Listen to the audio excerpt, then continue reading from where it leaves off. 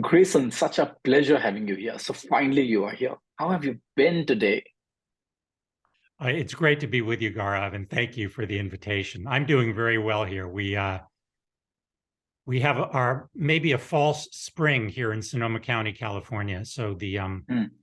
our cherry blossoms have been lured into blossoming, our cherry trees. Although I think they're going to get slammed by another frost here pretty soon. But it's a nice time of year. Yeah, here we are just at the cusp of getting into summers. So let's see how it progresses. So Grayson, you are a world authority when it comes to leadership development.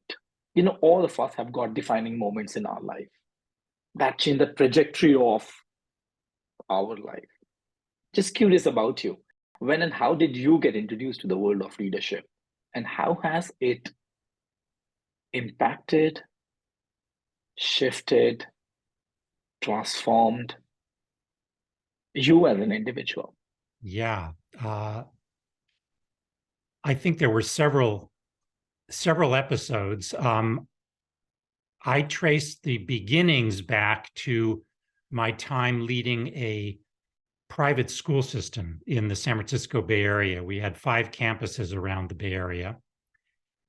And I was quite young and inexperienced, relatively inexperienced. And I had the experience when I would bring my campus directors together for our monthly staff meetings, which were all-day meetings because we were all spread out at that time. There was nothing virtual other than the telephone in those days.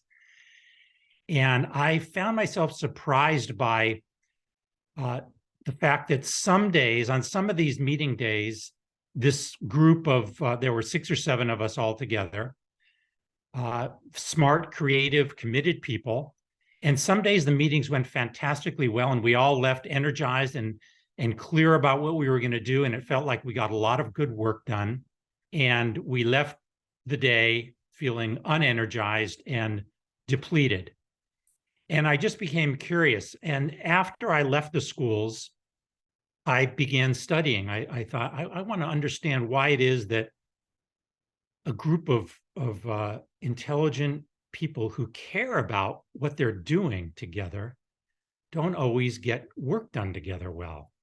So I got trained as a mediator, kind of a roundabout way, perhaps. And in mediation, what you do is the mediator sits down with folks who are in dispute together. And so I often refer to this time of my life as sort of my circus, the ringleader period.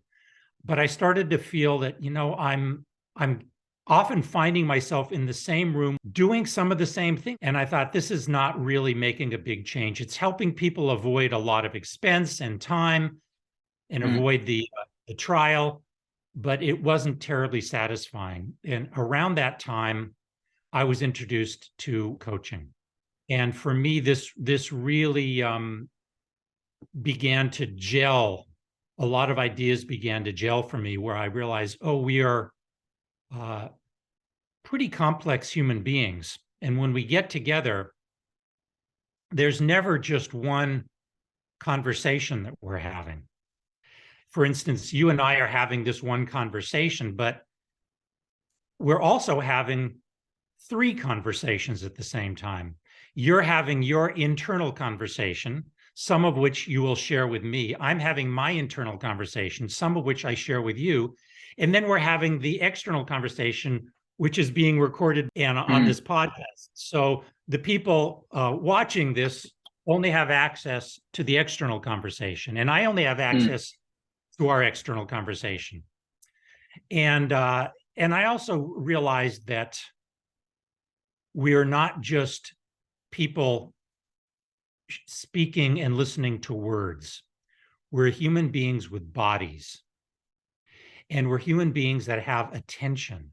We have different ways that we can use our attention, and all of that, our words, our bodies, our attention, our emotions, are all part of the conversation. It's all part of what we do when we're leading, when we're collaborating with people, whatever it is we're doing. The challenge is, how do we become more aware of what we're doing? aware of what's going on in their bodies. For instance, we all have nervous systems, and these nervous systems are very, very sensitive to each other and to the world around us. And very often, what gets in the way of me being able to be really honest with you, for instance, could be that my nervous system is too aroused. It's too active, and it perceives threat. So when I perceive threat, of course, my attention narrows, which brings in our attention, how we're using our attention, and I lose my capacity to pick up on a lot of the cues around me. And it doesn't work because you don't want to be changed. You don't want to be, none of us want to be fixed or changed by other people.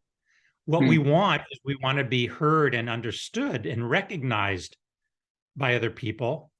But if all of our nervous systems are active and we're all feeling pressure and fear and defensiveness, that's not going to happen. Even though we all know that that's exactly what needs to happen. We can't do all those good things. Yeah. So, Grayson, thank you for sharing that. What I heard you saying is a couple of times you spoke about attention. Would love to dwell deeper into that. I heard you saying that there's a gap. Now, before we get there, while going through the book that you have written, Full Contact Performance, I was intrigued by the title itself, Full Contact Performance. You mentioned that leadership is a full contact performance. Help me understand, what does that mean? Yeah, let me answer that question. Another important source of inspiration for me has been the martial art of Aikido, which I was first introduced to in the mid-'80s. And George Leonard, the author and human potential pioneer, George Leonard, introduced it to me. He was one of my first Aikido instructors. And the interesting thing about Aikido is that it's unique amongst martial arts in that its intention, the philosophy that it's built around, is to not only protect myself as the practitioner, but also to protect the opponent. So that's a very interesting concept when you think about it. Most martial arts are really about self-defense. If somebody is coming to threaten me or intimidate or attack me, how can I both take care of myself while also taking care of them? That's another thing that sets it apart. But almost every other martial arts does have tournaments or competition. There's a winner and a loser. Are you saying that in Aikido, there is no competition, there is no opponent, and the idea is just to protect yourself? We take turns attacking each other and defending, but the defender's aim is to deal with the attacker in such a way that the attacker does not get hurt. Wow. Yeah, it's very different. Why do we get into this kind of a martial art? Why do we? Well, people tend to be drawn to it because it reflects a very different philosophy, different way of being in the world.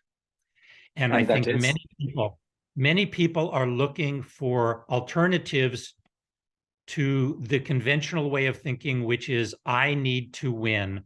In order for me to win, other people need to lose. And it can be very subtle, and it happens everywhere in life. It happens at the boardroom. It happens at the leadership team conference table.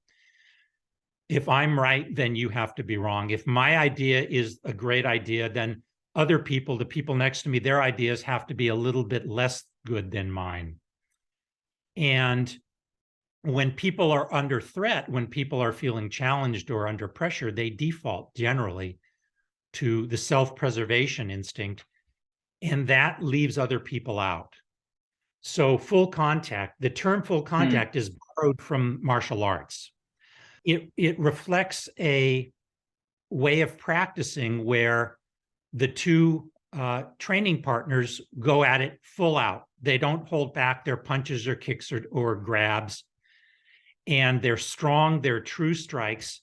And usually you're wearing padded gear, so you have some protection. But even so, if you get hurt with somebody who's trained and has bringing their full strength to the sparring situation, you could get hurt. But the great thing about working with full contact is you learn a lot. You get to learn all sorts about yourself, all sorts of things about yourself. You get to see, oh, I'm weak in this area, or I'm left myself vulnerable just there. We can also learn something about our opponent when we're going at it full force.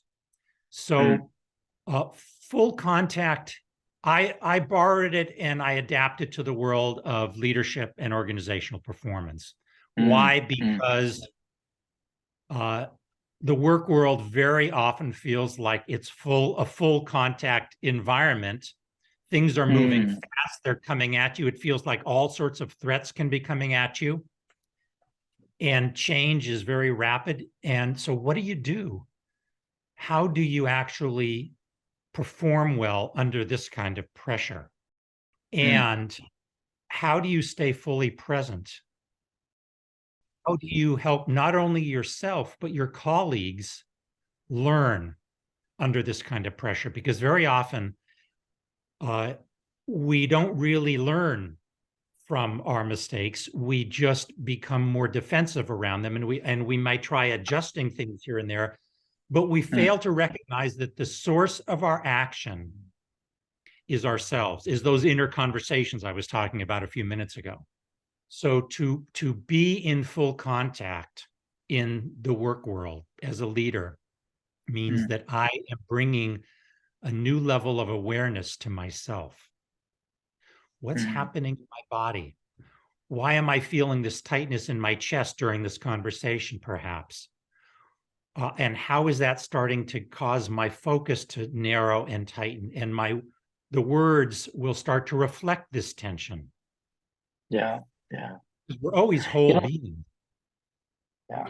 As I'm listening to you, now it connects for me because during the last conversation, you mentioned that it's important to be fully human and to be fully myself in my leadership role. In that conversation, that one statement that you made, it stayed with me. And I was wondering, what does Grayson mean when he said that it's important to be fully human and to be fully myself in my leadership role? And now when you're just sharing that, how can I actually get into a situation where I'm being fully present, where I'm being fully aware of what's happening to me right now, when I'm being challenged, when the other person is questioning me, what's happening to me? Can I be fully present here? So you spoke about attention as well. Where would you fit in this trait of attention here when we are talking about awareness? Where is the connection? Yes. Let me give you a really simple example that just happened this week with a friend of mine who is a business leader. He was telling me how he's getting his team together, his leadership team together for an offsite. But he's had been having trouble with one of his leaders who keeps not committing to a meeting date. They're trying to land on a particular meeting date. This is a very simple example, but it'll make the point, I think.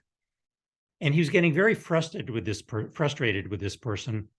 And each time he said, well, look, we have these two dates, and I know which of these you can make or can't make so that we can go forward. And I can't commit our team because it's very important that you're there, but we can't commit our team unless we know you can be there. And this other person kept hedging and not being able to commit. And he was complaining to me, my friend. He said, I don't know. I think I just need to maybe lay down the law and say, look, if you can't do this, we're going to have the meeting without you, but it's not going to go well. And I suggested, well, you could certainly do that. That's always an option. Do you know why? Have you had a conversation with this person about why he is not committing to a particular date? It's a really simple question, right? It seems obvious perhaps in this moment, but it was not obvious to my friend in the moment. He was feeling a lot of pressure to get these dates nailed down, and it didn't occur to him to shift his own attention. All of his attention was out there trying to get this other person to take a particular action. So all of his attention was out on this other person, which was also making this other person more and more uptight and feeling threatened. So I said, well, have you asked him what's going on? And he said, no, I haven't. I think that's an interesting idea. I'll call him and I'll ask him. So he did. And it turns out this man's mother was was very ill, and he was afraid that regardless of which date he gave, he might not be available for her, as she was in the intensive care unit and very gravely ill. And he did not want to be away during her final days. And when my friend asked him this simple question, well, what's really going on with you? He shared this, and they both started crying. And what my friend came back, he called me later and he said, yeah, this is what happened. And what I said was, I would be exactly where you are if that was going on for me. I really understand. I'm going to find us a different date. I'm going to push our meeting back. We'll handle what we can online. And my friend was very moved by the fact that he actually made contact in that moment with this person. Up until that time, it was two separate people trying to get what they want, trying to protect their own interests, but they hadn't actually had a very simple, direct human conversation about what's going on, what's really going on. So that's an example of one way we use our attention. When we're not getting what we want, we tend to focus on the problem out there. All of our intelligence goes out there to try and solve the problem. These other people sitting around the table who aren't agreeing with me. Yeah. As long as I'm in that mode, I'm not going to be very effective because I'm going to be trying to change everybody else. What I'm picking up right now is that it's extremely important to put the attention on the other person rather than putting your attention always on yourself and what you need from that conversation and what you need in this moment and what you need from that relationship. So the question is to take a pause and ask myself, where is my attention? And if I'm not getting what I'm expecting from this relationship, where else can I put my attention on? So that's one.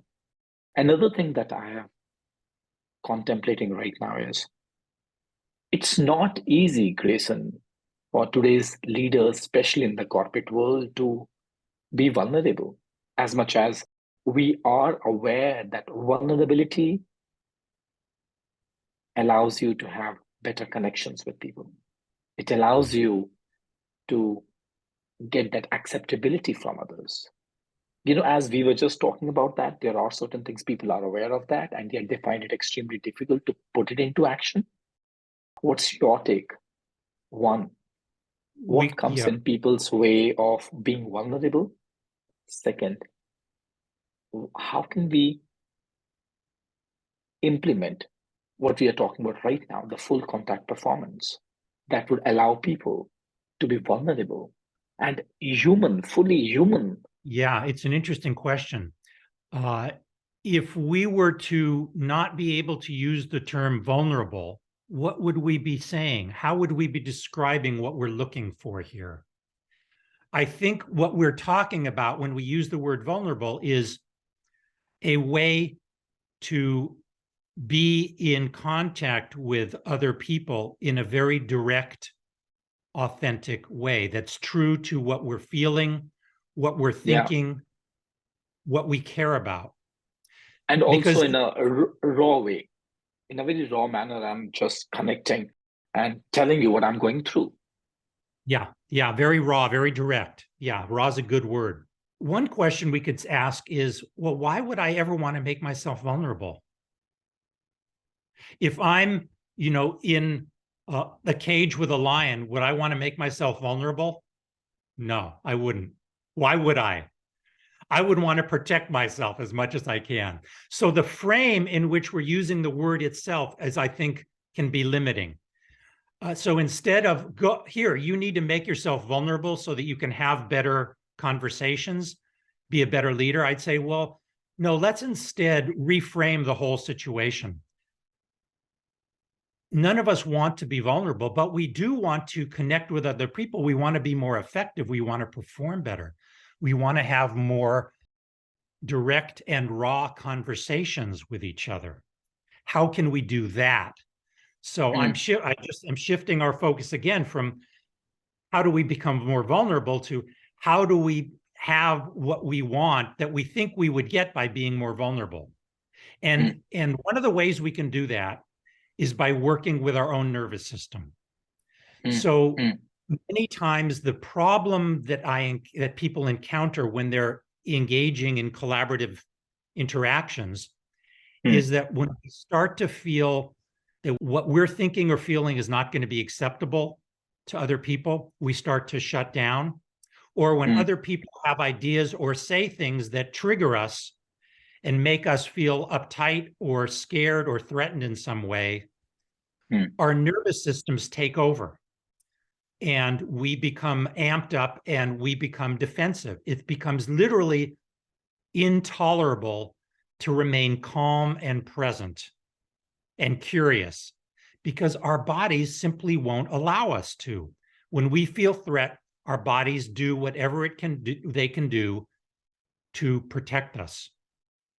Now, how do you change that? I think of it as changing the level of the threshold of tolerance.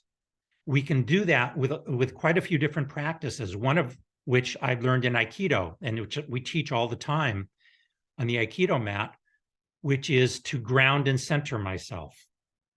That's shifting my attention from wherever it is, taking it in from outside of myself to that space right below my belly button, in my belly button and my pubic bone. And I can bring my attention to my breathing and take my breath into that place.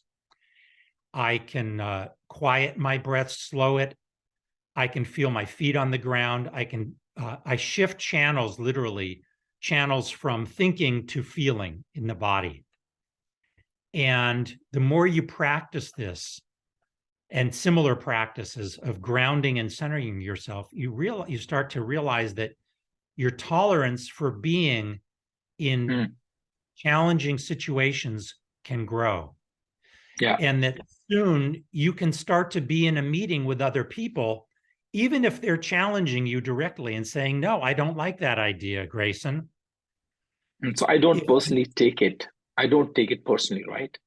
That's right. I am able to tolerate those kinds of discomforts much more easily, which lets me stay present. And then I can be curious and I can say, well, instead of defending my position, which you've just challenged, I can say, Gaurav, tell me more about how you see things. What do you see about my thinking that I may be missing? Because we're all blind to our own thinking. And that's one of our biggest challenges. But together we can help each other think better, but only if we have found this way to be with each other and not be constantly threatened by what's going on around us. And there are some cultures, I'm sure you've been in some of them and seen them, where if you don't have the right answer, you're in trouble. The whole culture is geared towards being right and never being wrong. And in those cultures, people are scared. There's a lot of fear, and everybody's nervous system is geared towards self-protection. There's very little learning that goes on. People can be very direct with each other and tell each other what they think, but if they're not questioning what they're thinking, I can be brutally honest with you, and many leaders would say, yes, that's a great thing, but I don't think so. I could be very brutally honest with my thinking, but have no capacity to reflect on my own thinking. So that's not worth so much. And that's what happens in a lot of teams. If we can help them start to get more comfortable examining their own thinking and realizing that they can be curious with each other, then learning can happen. And when learning starts to happen, better decisions follow. And when better decisions are made, better promises are made, and that's where execution lives. So you have these three main conversations in full contact performance, as I see it. You have the learning conversation where we invite dissent. We want as many different views as possible, as different as they can be, but we want to really engage with them with openness and curiosity and benevolence. That's the challenge. Otherwise, you just have people throwing their different ideas at each other, but everyone's blocked off because we're all scared of each other's differences. But if we can relax, settle into our bodies, bring our attention back to ourselves and what's going on with us, then we're going to be more able to be with each other in an open and reflective way. And then good things happen. How profound is that? You spoke about three kinds of conversations, and also you spoke about that how at times we tend to take ourselves too seriously. Because, while I was listening to you and I was just re-looking at all the times when I got into a conflict situation with my colleagues, with my team members, with my customers, with my vendors, because at times I tend to take my thoughts too seriously because I believe that whatever I'm saying is really important and that's the only truth. Reminds me of what Kabat Zen spoke about once. He said, "It is remarkable how liberating it feels to be able to see that your thoughts are just thoughts and that they are not you or reality. The simple act of recognizing your thoughts as thoughts can free you from the distorted reality they often create and allow for more clear sightedness and a greater sense of manageability in your life." This is exactly what you're talking about. It's exactly what I'm talking about. You're right. And what you just also raised is the what I call a meta move. A meta move is where we go step outside of the frame we're currently thinking in so that we can look back in on itself. Now, Jon Kabat-Zinn is a pioneer in mindfulness practices, bringing mindfulness practices to the world. And the beautiful thing about meditation and mindfulness practices, and the people I work with when I coach leaders, I strongly encourage them. Sometimes I require them to take on a meditation practice because the power of being able to observe yourself, your thinking, what's going on in your body, how you're using your attention is, as you said, it's liberating. It gives us a capacity that goes way beyond what we're capable of when we're just in the thoughts, acting them out. So that's why just curious. That's what attention lets us do, is we can use our attention to pay attention to ourselves. Yeah. And that gives us the key to be able to pay attention to other people differently. Yeah. I'm just wondering, would leaders in the corporate sector, do they buy this mindfulness? Because I find it extremely difficult when I introduce these concepts of mindfulness or embodiment in different cultures. At least I find it extremely difficult. People tell me, hey, don't bring in this soft stuff. Talk about strategy, talk about business. How do you deal with those kind of leaders? Well, I'll start by saying not everyone is ready for that. So there will be some leaders that simply do not want to go there. And there are other ways we can work with them. What I won't ever start out by saying, hey, you need to become a meditator. Yeah. We need to come at it by showing them why becoming more aware of what they're doing will help them be more effective. Can I give you another example of a leadership team? This was a very seasoned leadership team of a professional services organization in an international software company. Very successful company, growing quickly. And these people had been working together for years, but they were not satisfied with their performance. And their bosses, the senior leadership team and the board, were concerned about the professional services department. So they asked me to come and work with them. We sat down together and I said, so tell me what is going on here? And they made a list. I wrote exactly what they wrote, verbatim. These are things going on with you. Well, we're not hitting our numbers. There's inconsistent execution. Different regions aren't consistent. Our margins are not strong enough. Our utilization rates are weak, blah, blah, blah.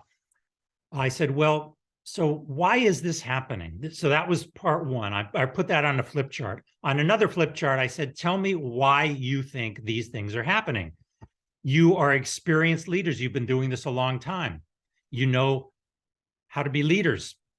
And they made a list, and the list included things like, well, our bosses keep giving us unrealistic quotas. The leadership team above them doesn't understand what life is really like out in the field. When we try and I said, well, why is that? I said, well, and they said, well, when we try and tell them, they don't listen to us well. And I kept asking them for more information about, well, why is it that there are these disconnects between you and your leadership team? And they said, well, they're basically immature. They're not a mature group of people. They don't really understand what's like life is like in the professional services world. And I said, okay, let's hit pause for a second. Let's look back at your list. Our leaders give us unrealistic quotas. They don't listen well. They're immature. What do you think about that list? I was asking them to reflect on their own reflections, to use their attention in a new way. Before that, they were just voicing their thoughts. But now, when I challenged them to examine their thoughts, they started giggling. They started looking around the room uncomfortably. They got a little nervous, and they said, wow, I don't like this list at all. This makes us look like victims. Precisely. This is really weak. I don't know how I'm uncomfortable with this.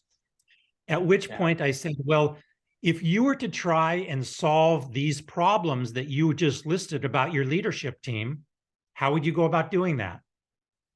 How would you get them to listen better? How would you get them to be more mature? We know where those kind of problem solving sessions are going to go. They are not going to go well. So they realized, wow, we have been focused entirely wrong. We've been focused, all of our attention has been out there on what we believe to be the shortcomings and problems of our bosses. And we have neglected to realize that it's our own thinking that has kept us stuck in these immature and weak conversations. Yeah. And also the vice versa is also true if you look at Grayson, because if you ask leaders to describe their team members, they might tell you that my team is not effective, they don't perform really well, they tend to procrastinate, they don't collaborate together. But the question and the challenge is a team is a reflection of who you are as a leader. And the way your team occurs to you in the same way you are going to respond to them. Now, here's an opportunity to take a pause and reflect. Who are you being in this moment because of which your team is showing up the way they are? Exactly, Gaurav. That's how I see it too. Yeah. And people don't take the time, they don't know how to bring themselves to this point very often by themselves. That's where a good coach such as yourself can help them to become a different observer of themselves and how they are actually creating, not only impacting, but creating the world around them. Yeah. One of the things that I'm picking up right now, Grayson, from this conversation is first, be aware of your attention and then notice where your attention is. You just mentioned that the way I look at my team members is one thing, that I'm being aware of that. And then being aware of where my attention is going rather than, is it externalizing? Am I externalizing? Am I projecting onto others? Or am I taking a pause and going deep within and looking at how am I showing up? Where am I experiencing contraction in my body? Why am I feeling this stressed? Or why am I feeling this shift in the temperature in my body? The simple fact of noticing what we're feeling often already has an effect. Just by becoming an observer of the fact that my chest is tight or I'm breathing shallow and fast starts to change that. Awareness has this extraordinary power, and we change our awareness with our attention. We change our awareness with our attention. Oh, this is pure gold. We change our awareness with our attention. So that means if I bring my attention to my thought process, I'm aware of what I'm thinking. If I bring my attention to my body, I'm aware of the different sensations in my body. If I bring my awareness to my thinking patterns, I'm aware of my thinking patterns. If I'm aware of the choice of the words that I'm using or not using, I'm aware of those choice of words. Wow, this is gold, Grayson. This is gold. Help me understand. At times, I personally believe a person is driven by the stories that she is or he is telling self. Yes. How can I work with a leader to shift the stories? Now, as I'm asking you this question, I'm just revisiting.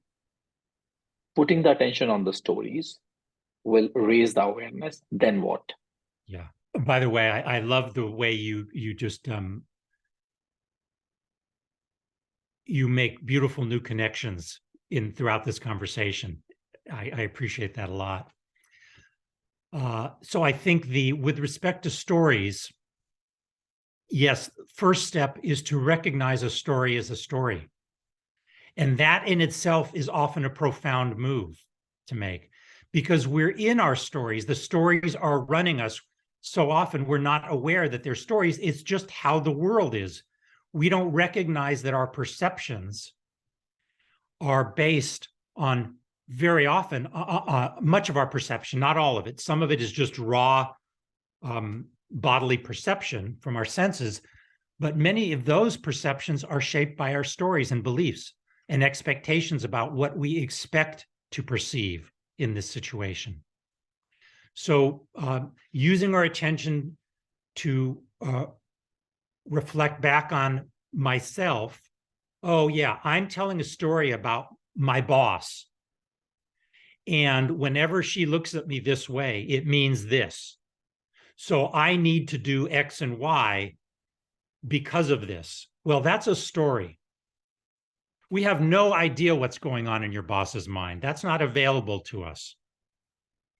But doesn't matter. We're going to make a story about it anyway, based on our own history, on other Precisely. stories that we've been telling ourselves, based on what other people have told us. So first step is recognizing stories as stories. The next step can be to understand the nature of a story. Stories are Mm, linguistic phenomenon. mm, They consist of assertions that we're making about how the world is. Facts is another word for that. And they consist of another speech act called declarations, mm, which includes assessments, mm, basically our interpretations of what's going on in the world. That's what our stories are made of. If we can deconstruct a story, so first step, oh, I see it's a story. Next step, oh, I see that the story doesn't really have much basis in fact. It's really I'm being driven by my conditioned beliefs about this person or about a boss or about myself. And that's where we start to dissolve with our awareness and reflection mm. some of these habitual thought patterns. And that's where Yeah, the stories start to change. yeah. Oh, beautiful. And it may not be as easy as you've explained it, I'm sure. No, it's not. It's never.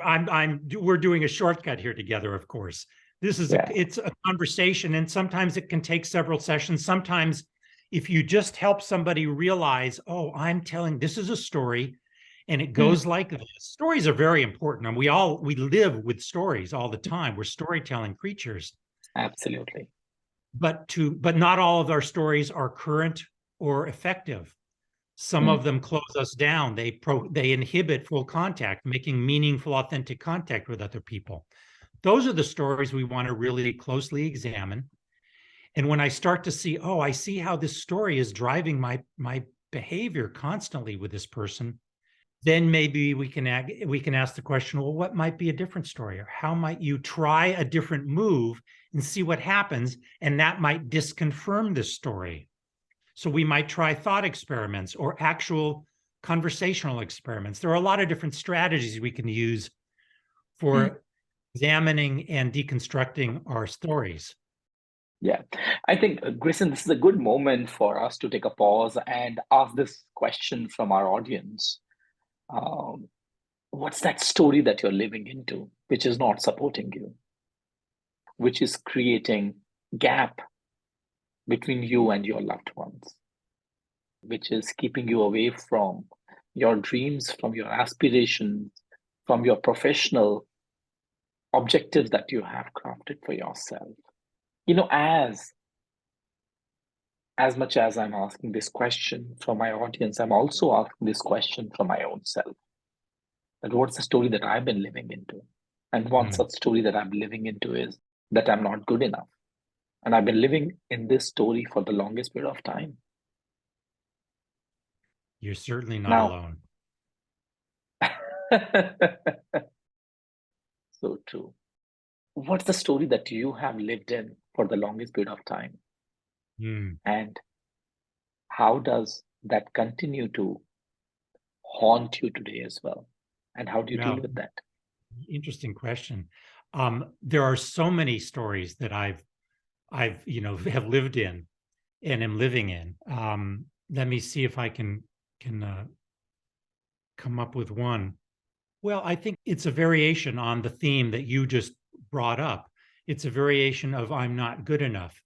And it goes something like, let's use an Aikido, my life in Aikido.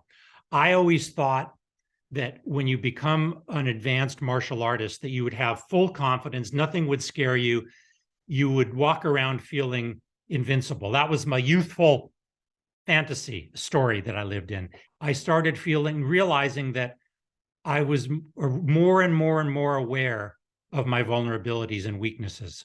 I'm very vulnerable to anybody coming up and taking advantage of me.